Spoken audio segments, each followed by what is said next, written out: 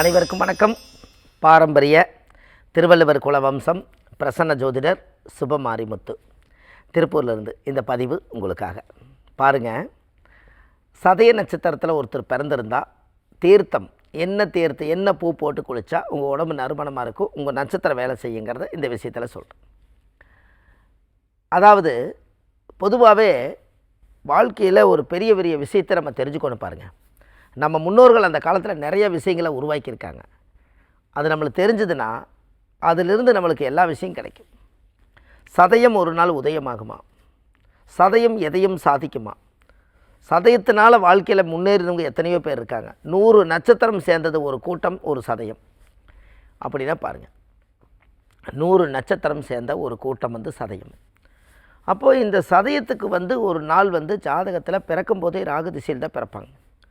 இந்த ராகு திசையில் பிறந்து தலையெடுத்து அவங்க போகாத கோயில் இல்லை, கும்பிடாத சாமி இல்லை, எண்ணாத பணம் இல்லை, அந்த அளவுக்கு அவங்க லைஃப்பில் எல்லாம் சுற்றி வருவாங்க. அப்போ இந்த சதய நட்சத்திரத்துக்குன்னு ஒரு வாழ்வாதாரம் இருக்கா இல்லையா? அப்போ நம்ம முன்னோர்களில் ஆதி காலத்தில் இந்த சதய நட்சத்திரத்துக்குன்னே வாழ்க்கையில் ஒரு பெரிய மாற்றத்தை உருவாக்கியிருக்காங்க. அப்போது நம்ம ஜாதகத்தில் நமக்கு தேவையான யோக பாவங்கள் எல்லாமே இந்த சதயத்துக்குள்ளே தான் அந்த விஷயம் இருக்குது. அப்போ இந்த சதய நட்சத்திரக்காரர்களுக்கு ஒரு பெரிய பெரிய அம்சமான யோகங்கள் எல்லாமே வந்துடும். எப்போவுமே பாருங்கள், அவங்க நல்ல வாட்ட சாட்டமாக இருப்பாங்க. அவங்க ஒரு நடை உடை பாவனையெல்லாம் பார்த்திங்கன்னா கம்பீரமான நடையாக இருக்கும். அதில் எந்த ஒரு காரியமாக இருந்தாலும் போர்ட்ஸாக பேசுவாங்க. நீதி கிடைக்குமான்னு பார்ப்பாங்க. எப்போவுமே நீதியாக வாழணும்னு நினைப்பாங்க. இது சதயத்துக்கு ஒரு பெரிய ஒரு அற்புதம் என்னென்னா, நீதி தேவதை குடியிருக்கக்கூடிய இடம் சனி பகவான் கும்பம். அந்த வீட்டில் சதய நட்சத்திரம் பிறந்தால் நீதி கிடைக்கிறதுக்காக போராடுவாங்க. அப்படின்னா பாருங்கள், இந்த நீதி நியாயம் நேர்மை அப்படிங்கிற ஒரு விஷயமே ஜாதகத்தில் ஒரு பெரிய அற்புதம் அல்லவா? இந்த உலகத்தில் நம்ம தெரிஞ்சுக்க வேண்டிய விஷயம் அல்லவா? நம்ம முன்னோர்கள் ஆதி காலத்தில் இது எல்லாம் சரி செய்து வச்சுருக்காங்க. அப்படின்னா பாருங்கள், இது சதய நட்சத்திரத்தில் யாராவது ஒருத்தர் பிறந்தால் பாருங்கள், ராகு திசையில் பிறப்பார். அப்போ ராகு திசை எத்தனை வருஷம்? ராகு திசை 18 வருஷம். அது தாயுடைய கர்ப்பத்தில் எவ்வளோ இருந்திருக்கும்? 8 வருஷம், ஒரு 6 மாதம் இருந்திருக்கும். ஏன்னா முதல் பாதித்தை நம்ம ஒரு பொதுவாக ஒரு கணக்கு எடுக்கிறோம். அப்போ ஒரு 8 வருஷம் ராகு திசைனா, குரு திசை ஒரு 16 ஒரு 8 24. அப்போது சனி திசை முடிஞ்சு, அப்போ சதய நட்சத்திரத்துக்கு ராகு திசை முடிஞ்சு, குரு திசை முடிஞ்சு, சனி திசையில் உங்களுக்கு கல்யாணம். இப்போ எடுத்து நீங்கள் செக் பண்ணுங்கள், பெரும்பாலும் பாருங்கள் 100% சதய நட்சத்திரத்தில் பிறந்துக்கிறவங்களுக்கு சனி மகாதிசையில் தான் கல்யாணம் நடந்திருக்கும் அதிகமாக. அப்படின்னா பாருங்கள், அதான் சதயம் ஒரு நாள் உதயமாகும்னு சொன்னாங்க. அப்போ இதெல்லாம் முன்னோர்களுடைய ஒரு நல்ல விஷயம் அல்லவா? வாழ்க்கையில் தெரிஞ்சுக்க வேண்டிய விஷயம் அல்லவா? அப்போ அந்த குடும்பத்துக்கு தேவையான அத்தனை ரகசியங்களும் இந்த ஜோதிடத்துக்குள்ளே தானே ஒளிஞ்சிருக்குது. உங்களுக்கு ஒன்று தெரியுமா? சதய நட்சத்திரத்தில் யாராவது பிறந்திருந்தாங்கன்னா, மேலக்கடம்பூர் அமிர்தகடேஸ்வரர், மேலக்கடம்பூர் அமிர்தகடேஸ்வரர் அந்த கோயிலுக்கு நீங்கள் போயிட்டு வாங்க. பதஞ்சலி சித்தர் 3000 வருஷம் தலையெழுத்தை மாற்றி அமைக்கும் பிரம்மா கோவிலில் தவம் செய்தார். கடைசியாக ஜீவசமாதி ஆகிறதுக்கு முன்னாடி சதய நட்சத்திரத்தில் பிறந்ததுனால சதய நட்சத்திரத்தன்னைக்கு மேலக்கடம்பூர் அமிர்தகடேஸ்வரர் கோயிலில் போய் அவர் வணங்கிட்டு சாமி கும்பிட்டு நட்சத்திர தோஷத்தை நிவர்த்தி பண்ணினதுக்கு அப்புறம்தான் அவர் ஜீவசமாதி ஆனார். ஜீவசமாதி எங்கே ஆனார்? ராமேஸ்வரத்தில் நடராஜர் சிலைக்கு பின்னாடி ஜீவசமாதி. நடராஜருடைய சுவாமி எங்கே இருக்குது? ராமேஸ்வரத்தில் பாருங்கள். அப்படியே நேர் பேக் சைடில் பார்த்தீங்கன்னா அவருடைய ராமேஸ்வரத்தில் போய் பதஞ்சலி முனிவர் ஜீவசமாதி ஆகியிருக்காங்க. அதனால தான் ராமேஸ்வரத்துக்கு அவ்வளோ பவர். பார்த்துக்குங்களேன், 3000 வருஷம் தவம் பண்ணியிருக்கிறாரு. அப்போ எதுக்காக தவம் பண்ணியிருப்பார்? அந்த இடத்துல ராமேஸ்வரத்தில் கடலில் குளித்து 22 கண தீர்த்தம் ஊற்றிட்டு அவரை போய் உட்காந்து கொஞ்சம் தியானம் பண்ணிட்டு வந்தால் நம்மளுடைய பூர்வ ஜென்ம கர்மவினை தோஷம் அன்றோடு நிவர்த்தி ஆகுமா?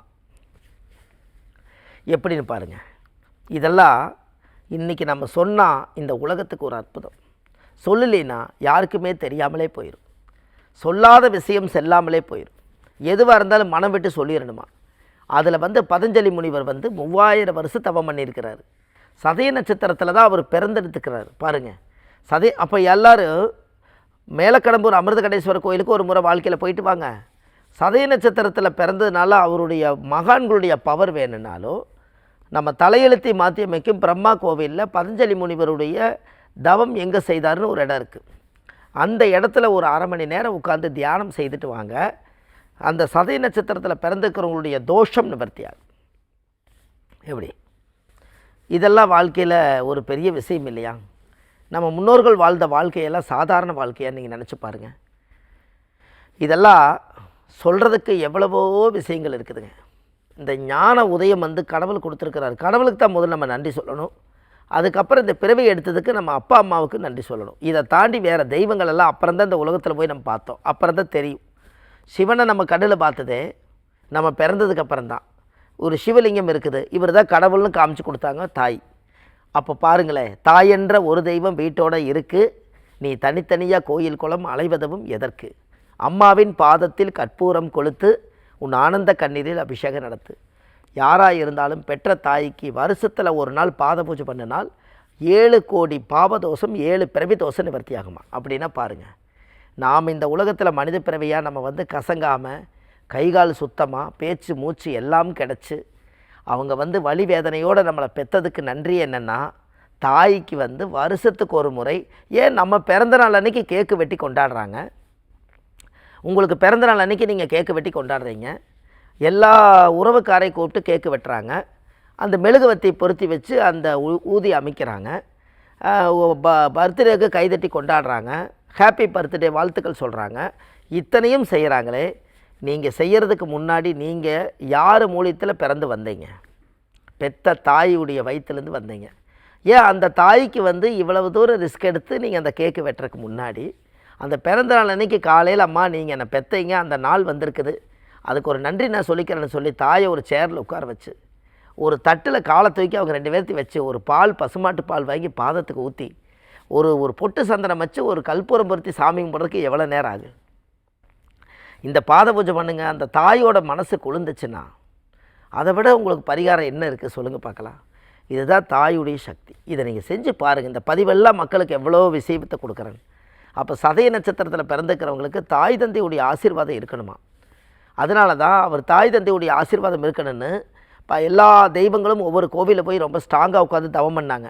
ஆனால் பதஞ்சலி முனிவர் மட்டும் பாருங்கள், தலையெழுத்தவே மாற்றி அமைக்கும் சக்தி பிரம்மாவுக்கு இருக்குது.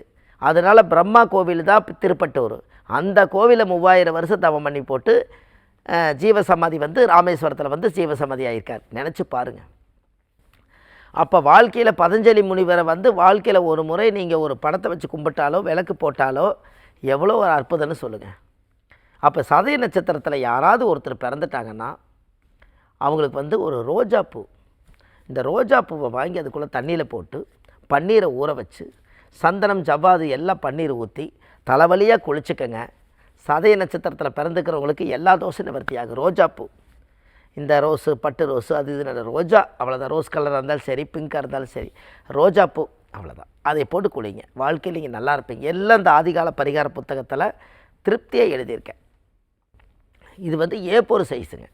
1736 பரிகாரம். அப்படின்னா பாருங்கள், ஒரு 10 பரிகாரம் நம்ம செய்தாலே நம்ம நல்லா இருப்போம்னு நம்ம சொல்கிறோமே. 1736 பரிகாரம்னா திருக்குறள் எழுதினார் 1330 குறள். ஏன் அவர் காலத்தில் 2000 வருஷத்துக்கு முன்னாடி அவங்க எழுதுகிறாங்களே, நம்மளும் ஒரு பேனாவை எடுத்து இந்த உலக மக்களுக்காக நமக்கு தெரிஞ்ச அறிவை வச்சு எழுதலான்னு எழுதணும். அது 1330க்கு பதிலாக 1716 போயிடுச்சு. அப்படியே பிரிண்ட் ஓடிடுச்சு. பாருங்கள், இன்றைக்கி அந்த புத்தகம் பார்த்தீங்கன்னா எவ்வளோ பெரிய புத்தகம். இந்த புத்தகத்தில் இருக்கக்கூடிய அவ்வளோ பெரிய அற்புதமான விஷயங்கள் வந்து மக்களுக்கு ஒரு பெரிய உந்தையாக இருக்குது. அதனால் கண்டிப்பாக இந்த புத்தகத்தினுடைய வலிமை பெரியது. அதுபோல் நம்ம ஜோதிடம் பார்க்குறோம், பிரசன்னம் பார்க்குறோம். இப்போ பார்த்து உங்களுக்கு ஜாதகம், டேட் ஆஃப் பர்த் டைமே இல்லாதவங்களுக்கும் கூட நீங்கள் உள்ளே வந்த நேரம் சோழி பிரசனம் போட்டு உங்கள் வாழ்க்கையில் நீங்கள் என்ன கேள்வி இருக்குதோ அந்த கேள்விக்குள்ள பதில் அதில் வரும். இதெல்லாமே ஜாதகம் பார்க்குறேன் என்று சொல்லி நம்ம கீழே போயிட்டு இருக்கிற நம்பரில் நீங்கள் இந்த பிரசனத்துக்கு ஒரு அப்பாயின்மெண்ட் போடலாம். நம்ம ஜாதகம் பார்க்குறோம். சென்னையில் வடபழனி முருகன் கோவில் வாசல்லையே நம்ம ஜோதிட அலுவலகம் இருக்குது. சனிக்கிழமை, ஞாயிற்றுக்கிழமை, திங்கக்கிழமை நம்ம ஜோதிடம் பார்க்குறோம். மற்ற தினங்கள் திருப்பூரில் பார்க்குறோம். இது எல்லாம் பார்த்து மகிழ்ந்து உங்கள் வாழ்க்கையில் நீங்கள் நல்ல விஷயத்தை தெரிஞ்சுக்கணும்.